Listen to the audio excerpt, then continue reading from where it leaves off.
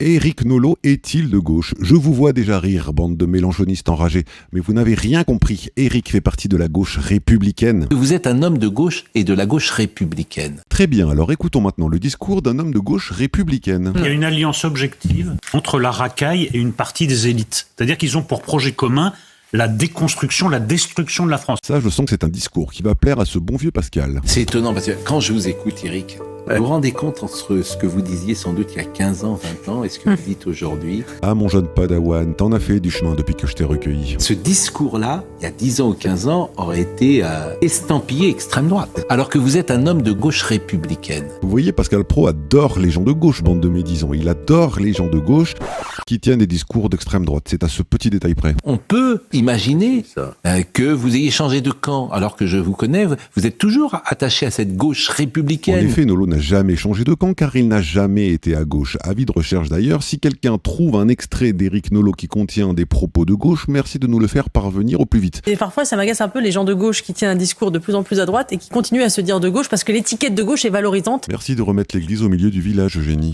Donc Éric Nolot est de gauche et Pascal doit l'être aussi car écoutez ce qu'il disait juste avant. Non, moi je suis pas de droite. Maintenant dites-nous dans les commentaires si selon vous Éric Nolot est toujours ou a un jour été un homme de gauche.